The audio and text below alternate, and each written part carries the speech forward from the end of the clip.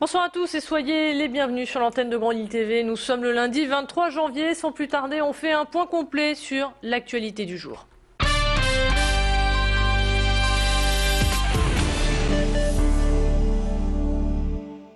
C'est l'information du jour. L'hôpital Roger Salengro du CHR de Lille frappé par un nouveau suicide. Hier, un salarié s'est donné la mort. Un salarié de l'hôpital Les Bateliers dans le Vieux-Lille, hôpital gériatrique qui dépend du CHR de Lille.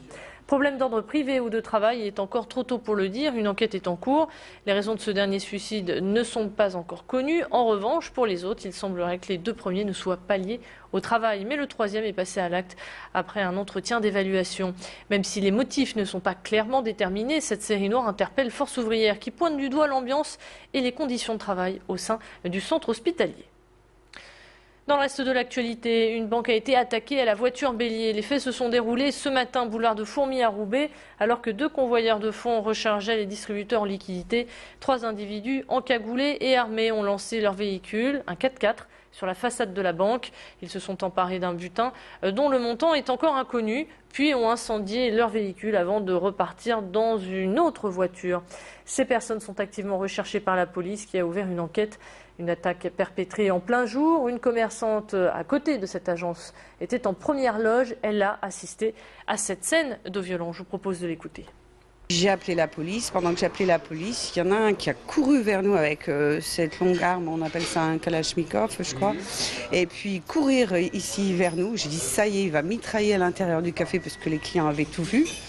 Et puis en fait, il a pénétré avec fracas dans le café, il a cassé évidemment la vitrine et puis il s'est penché vers la caisse. Je ne sais pas ce qu'il a pris. Un client m'a dit un briquet.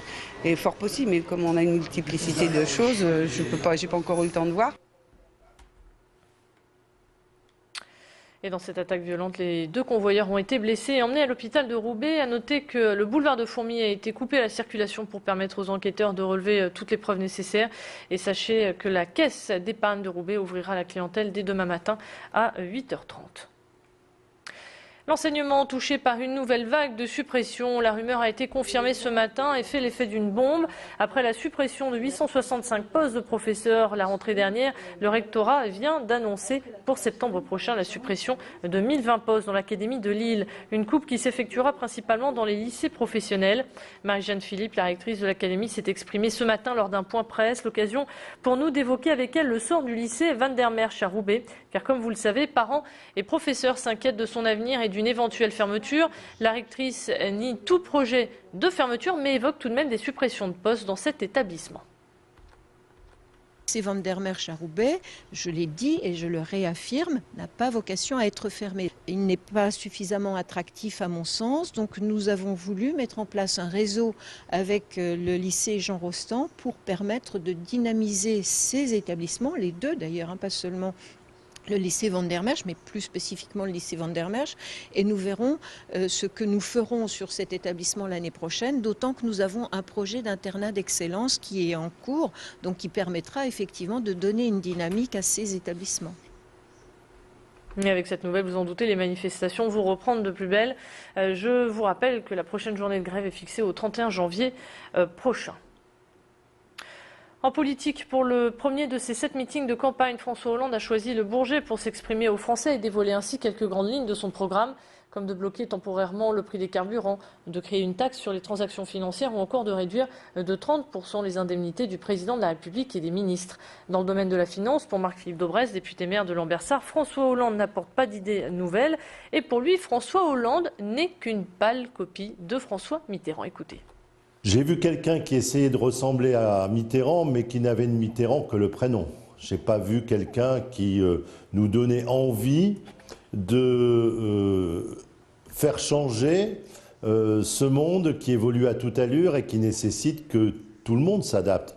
Le changement, c'est maintenant, c'est son slogan, mais le programme, c'est pour plus tard. Et le changement de programme, c'est pour toujours.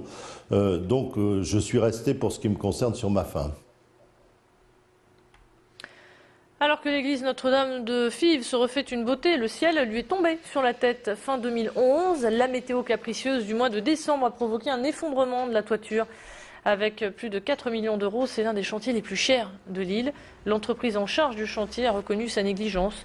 Un jour de forte pluie, elle a laissé du matériel qui a empêché l'eau de s'évacuer, provoquant ainsi l'effondrement de la toiture. Pour Dominique Planck, la faute incombe donc à l'entreprise. La ville ne paiera pas un sou de plus. Je vous propose de l'écouter.